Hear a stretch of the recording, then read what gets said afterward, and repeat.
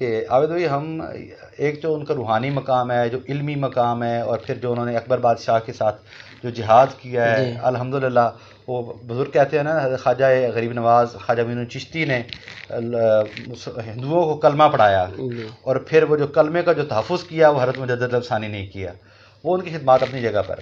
لیکن جو آپ نے میرے دورے کا تذکرہ اور میرے مشاہدے کا پوچھا، ایک چیز میرے لیے بڑے باعث حیرت بنی وہاں پہ کہ آپ دیکھیں پاکستان الحمدللہ مسلمانوں کا ملک ہے، اور 95 یا 97% مسلم ہیں یہاں پہ، لیکن جو بات سچی ہے وہ کر دینی چاہیے۔ آپ کو میرا مزاج پتہ ہے کہ بہت ساری درگاہوں پر آپ جائیں گے تو وہاں پر شرک و بدعت کی کثرت آپ کو ملے گی، لوگ کر رہے ہوتے ہیں۔ ہمارے وہ پیر اور علماء کہتے ہیں نہیں کرتے، لیکن میں کہتا ہوں نہیں کرتے ہیں، یا آپ اس سے آنکھیں نہ چرائیں۔ بے حساب شرک و بدعت کا ارتکاب ہوتا ہے خانقاہوں پر، درباروں پر، اگرچہ یہ مسلمان ملک ہے۔ اچھا، جو میں نے چیز دیکھی ہے وہاں پر الحمدللہ مجھے حضرت مجدد پاک کے ادھر روزے پر گھنٹوں پہروں بیٹھنے کا اتفاق ہوتا ہے۔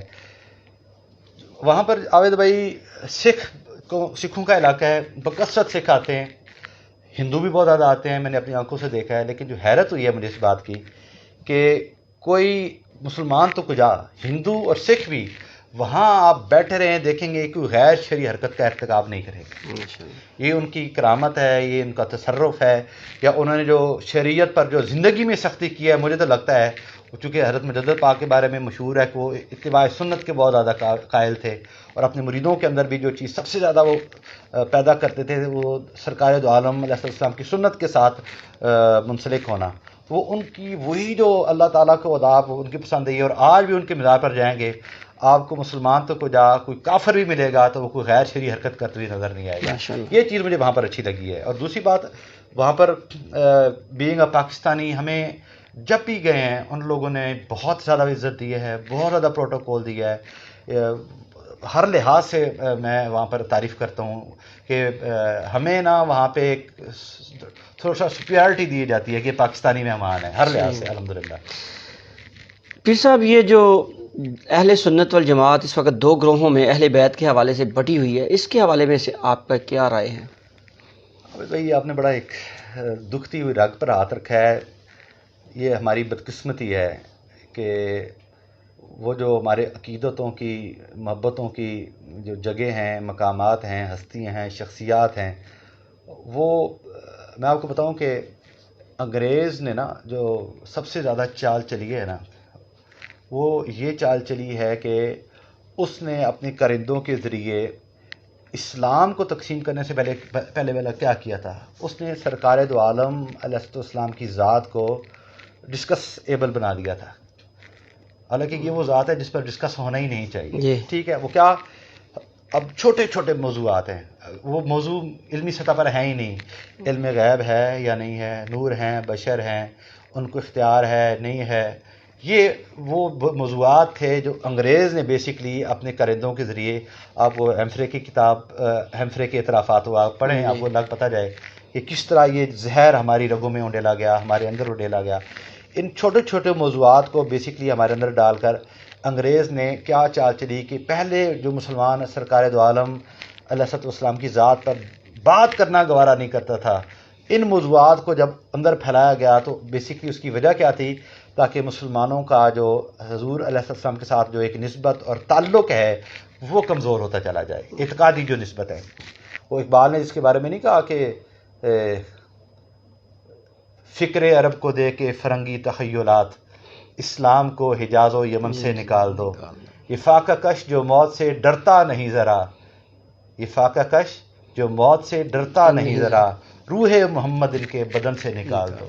کہ جب تک ان کے اندر سرکار دو عالم علیہ السلام کا عشق اور محبت رہے گا یہ دنیا کی کسی قوم سے شکست نہیں کھائیں گے۔ اور وہی ہوا، پہلے آقا علیہ السلام کی ذات کو ڈسکشن کے اندر لے کر آئے، لوگوں کا تعلق ختم ہوا، روحانی تعلق ختم ہوا، محبت کا تعلق ختم ہوا، مسلمان تقسیم در تقسیم ہوتے گئے، اور آج وہ کمزور سے کمزور تر ہوتے گئے ہیں۔ اب بھی مسلمانوں کی جو تھوڑی بہت بچی کسر طاقت ہے اس کو مزید منقسم کرنے کے لیے انہوں نے ایک اور چال چلی ہے، اور ہمارے عوام اس کو سمجھ نہیں رہے کہ اب مزید جو ہمارے اندر تقسیم ہو گئی ہے اس تقسیم کو مزید تقسیم کرنے کے لیے انہوں نے اس طرح کے موضوعات سوشل میڈیا پر چلانے شروع کر دیے ہیں۔ مجھے افسوس ہے اس بات کا یہ جو سیدہ مخدومہ کائنات کے حوالے سے جو بات چل رہی ہے، سب سے بڑی غلطی یہ ہے کہ یہ موضوع نہ عوام الناس کے سامنے بیان کرنے والا تھا، نہ یہ سوشل میڈیا پر پھیلانے والا تھا۔ یہ انتہائی حساس ترین موضوع تھا جو صرف علماء اپنی طلباء کو بتانے یا سکھانے کے لیے اپنے کلاس کے اندر یا مخصوص حلقے کے اندر بیان کرتے ہیں۔ سب سے پہلی اور بنیادی غلطی وہاں پر ہوئی ہے۔ اور پھر اس کے بعد دیکھیں، یہ وہ ہستیاں ہیں جن کے آگے ہمارے سر جھکتے ہیں۔ بے شک سر جھکتے نہیں ہیں بلکہ ان کے ناموں پر ہمارے سر کٹتے ہیں، اور ہمیں فخر ہوتا ہے کہ ان کے نام پر ہمارا سر کٹا ہے، ہماری نسلیں ان کی پر قربان ہوئی ہیں۔ یہ وہ ہستیاں ہیں۔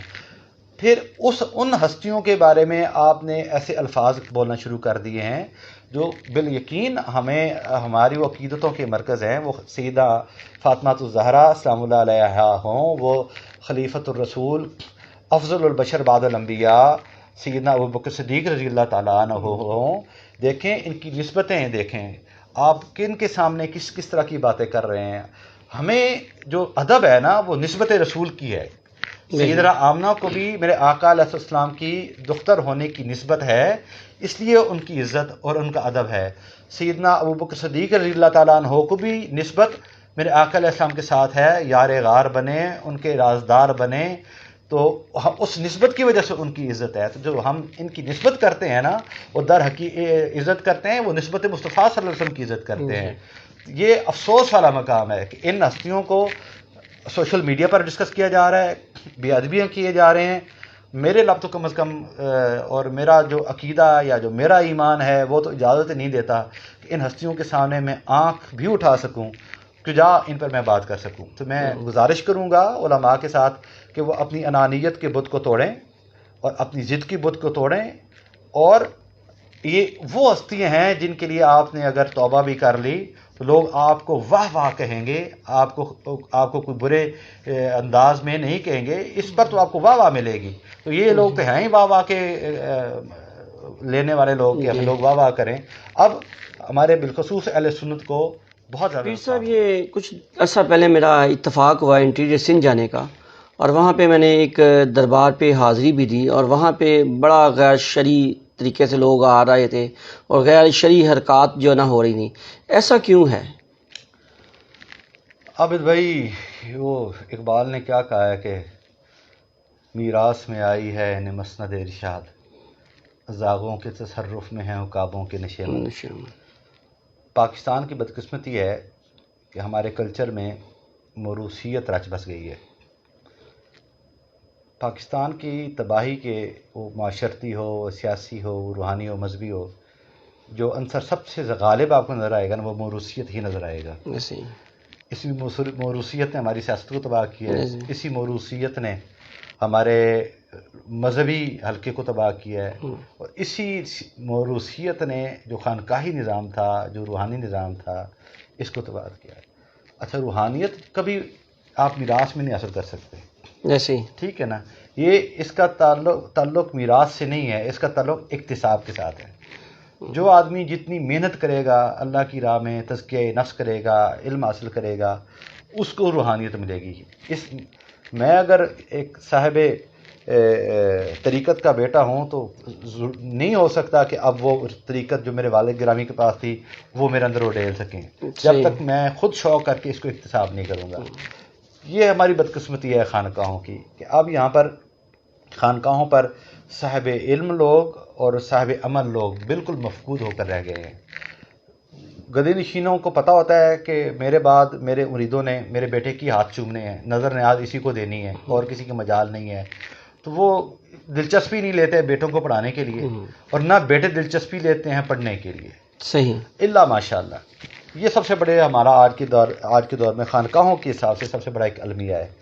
اب جو آپ نے ذکر کیا، یہ وہی خانقاہیں ہیں جن کے گدی نشین وہ لوگ ہیں جن کو شریعت اور دین کا الف بے بھی نہیں پتہ، ٹھیک ہے؟ ان کو اتنا پتہ ہے کہ ہاتھ چوم لیں، سجدے کروا لیں، اور وہ لوگوں کے دل میں وہ ایسا خوف ڈال دیتے ہیں کہ خدا نخواستہ اگر پیر ناراض ہو گیا تو اللہ ناراض ہو جائے گا، وہ ایسا ان کی ذہنی تربیت کرتے ہیں۔ دیکھیں، ہم سلسلہ نقشبندیہ مجددیہ سے تعلق رکھتے ہیں۔ جو میرے شیخ اول تھے وہ تو سرکار دو عالم علیہ السلام کی ذات ہی ہے، اور اس کے بعد سیدنا ابوبکر صدیق رضی اللہ تعالیٰ عنہ جب مسند خلافت پر بیٹھے تو انہوں نے جو پہلا خطبہ دیا تھا نا مسند خلافت پر، وہ کیا تھا؟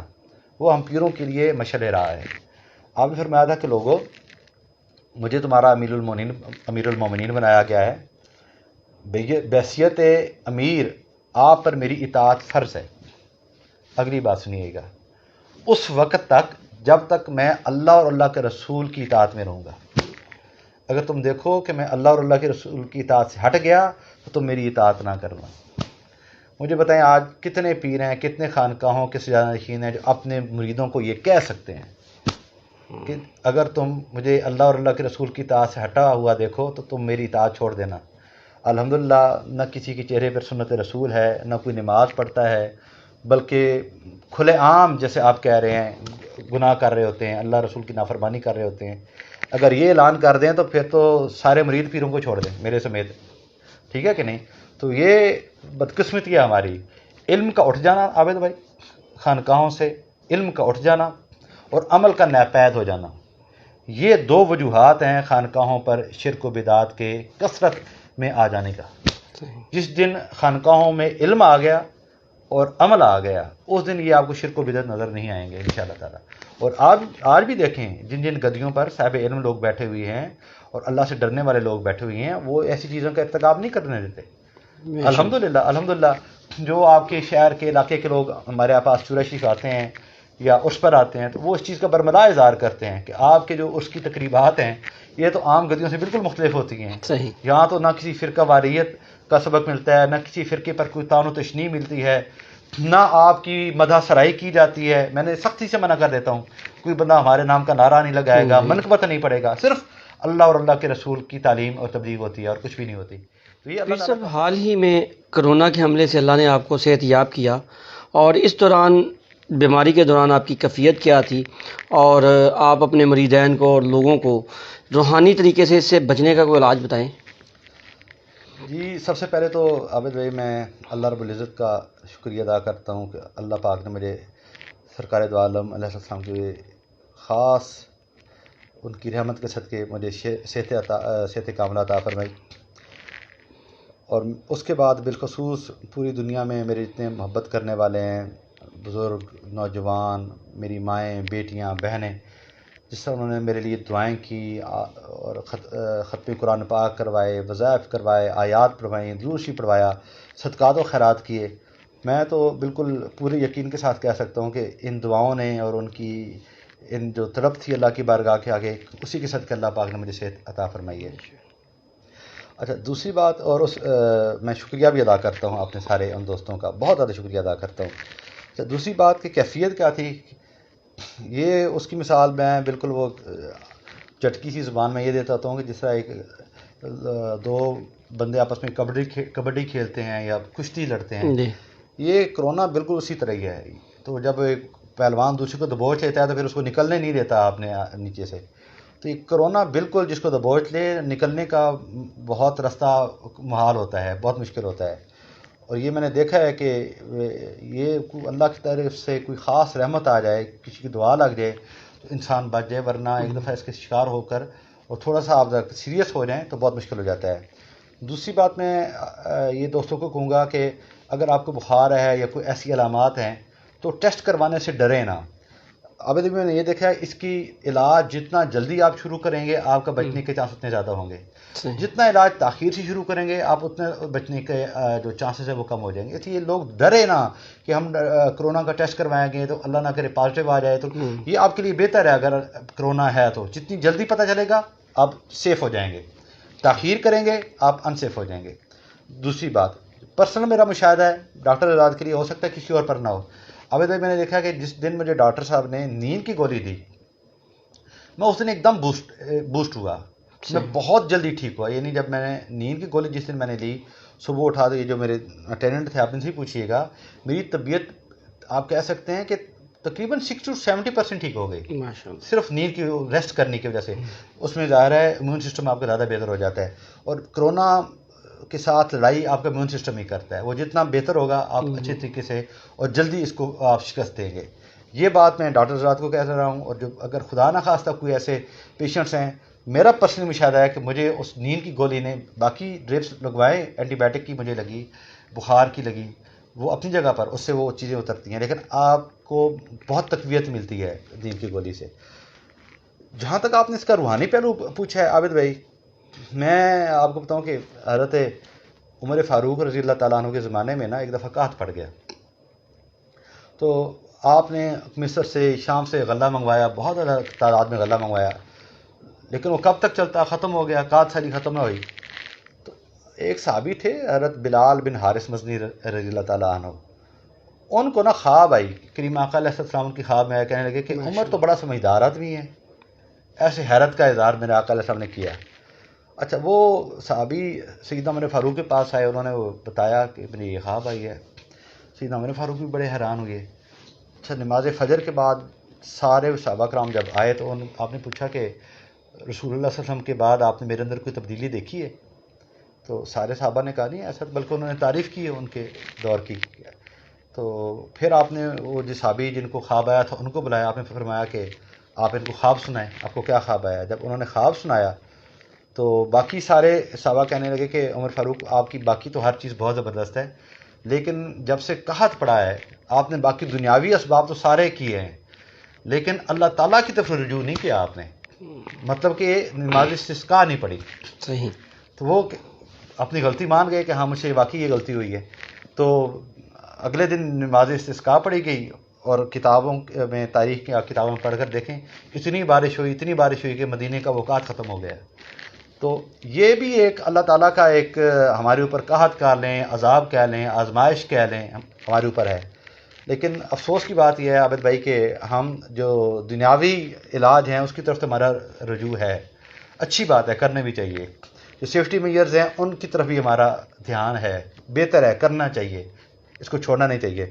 لیکن جس چیز کی طرف ہماری پہلی توجہ ہونی چاہیے تھی نا، وہ اللہ کی ذات کی طرف ہونی چاہیے، وہ ہم بالکل یکسر بھولے ہوئے ہیں۔ نہ ہم نے گناہوں سے رجوع کیا ہے، نہ اللہ سے توبہ استغفار کی ہے۔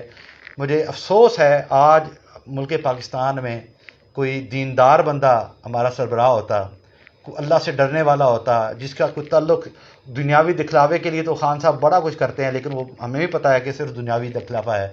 اگر کوئی صحیح رسول اللہ وسلم کا امتی اور غلام ہوتا تو وہ سب سے پہلے کیا کرتا عابد بھائی؟ پوری قوم کو آ کر کہتا کہ میں بھی گناہ گار ہوں، ہم سب گناہ گار ہیں، تو اس جمعہ کو کوئی دن مقرر کر لیتا، میں فیصل مسجد میں آ رہا ہوں، میں ادھر اللہ کی بارگاہ سے توبہ کروں گا، پوری امت اپنے اپنے علاقوں سے باہر نکلے، جامع مسجد میں اکٹھی ہو، تو آج نماز جمعہ کے بعد پوری قوم اجتماعی طور پر توبہ کرے، اللہ تعالیٰ سے معافی مانگے۔ عابد بھائی یاد رکھیں، دو چیزیں اللہ پاک سے آپ معافی مانگیں گے نا، انکار نہیں ہوگا۔ ایک جب آپ اللہ پاک سے ہدایت مانگیں گے، ہو ہی نہیں سکتا رب ہدایت نہ دے، اور دوسری چیز جب آپ اللہ پاک سے معافی مانگیں گے تو یہ ہو ہی نہیں سکتا کہ رب آپ کو معاف نہ کرے۔ تو قوم اس طرف جا ہی نہیں رہی، رب سے معافی نہیں مانگ رہی، تو رب معاف کیسے کرے؟ تو میں آج بھی گزارش کرتا ہوں سارے لوگوں سے کہ جو انفرادی گناہ ہیں وہ آپ انفرادی طور پر اللہ سے معافی مانگیں، تو اجتماعی طور پر بھی اللہ تعالیٰ ہمیں معافی اور توبہ مانگنے کی توفیق عطا فرمائے۔ تو اگر ہمارے یہ غلطیاں اللہ نے معاف کر دی تو مجھے یقین ہے یہ جو عذاب کی صورت میں کورونا آیا ہوا ہے یہ بھی معاف ہو جائے گا۔ حال ہی میں نے ایک بیان ٹرمپ کا دیکھا جو کہ مسلمانوں کے مخالف ہی ہے، وہ اس نے بڑا واضح الفاظ میں یہ کہا کہ جو خواتین ہیں مسلم خواتین کی طرح جو ہے نا حجاب لیں، اسکارف کا نقاب کریں، اس سے بھی یہ جو ہے نا آپ اس کو ٹال سکتے ہیں۔ تو ہم لوگوں نے اس کو پس پش ڈال دیا، اب دیکھ لیں کہ وہی لوگ اسلام کی وہ جو ہے مسالے پیش کر رہے ہیں۔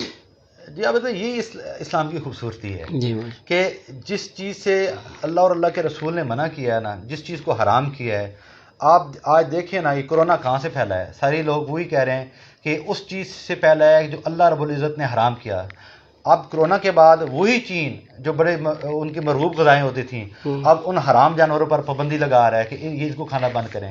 دیکھیں یہ اسلام کی خوبصورتی اور حقانیت نہیں ہے کہ 1400 سال پہلے اللہ اور اللہ کے رسول نے ان چیزوں کو حرام کر دیا تھا۔ اسی طرح یقین کریں کہ ہماری جو معاشرتی زندگی میں اس میں بھی جو طریقے اللہ اور اللہ کے رسول نے ہمیں بتائے ہیں، اور جو ہمارا آداب معاشرت میں ہماری غذائی چیزیں ہیں، ہمارے لباس کے ساتھ تعلق ہے، ہمارے جو معاشرتی رویے ہیں ان کے ساتھ ہو، ہمارے جو برتاؤ ہے ایک دوسرے کے ساتھ، جو ہمارے تعلقات ہیں اس کے ساتھ، اس میں جہاں جہاں آپ اللہ کے رسول کو فالو کریں گے یقین کریں ہدایت بھی ملے گی، اور اس میں زندگی میں اور اس دنیاوی زندگی میں ہمارے بہت مفادات ہیں۔ بے شک، آپ حجاب کی طرف یورپ آپ کو بلا رہا ہے، نقاب کی طرف بلا رہا ہے، بھئی اللہ رسول نے کب کو بلایا ہوا ہے، ہاتھ دھوئیں، ہاتھ دھوئے بغیر کھانا نہ کھائیں، ٹھیک ہے کہ نہیں؟ تو یہ چیزیں تو اسلام نے ہمیں 14 سال پہلے بتائی ہوئی ہیں۔ تو یہ تو الحمدللہ یہ چیزیں جو ہیں یہاں پر ایک طرف ہمارے لیے پریشانی کا باعث بن رہی ہیں، وہاں پر ایک طرف ہمارے لیے اسلام کی حقانیت کو ثابت کر رہی ہیں۔ لیکن اسلام کہتا ہے افلا تتدبرون، تم ذرا غور و فکر کر کے دیکھو تو صحیح، آپ کو ہر چیز میں اسلام کی حقانیت اور سچائی نظر آئے گی۔ بہت شکریہ جی۔ جی ناظرین، آپ دیکھ رہے ہیں CNN اردو، اور آپ ہمارا چینل سبسکرائب کریں اور دیکھتے رہیے اچھی ویڈیو۔ السلام علیکم۔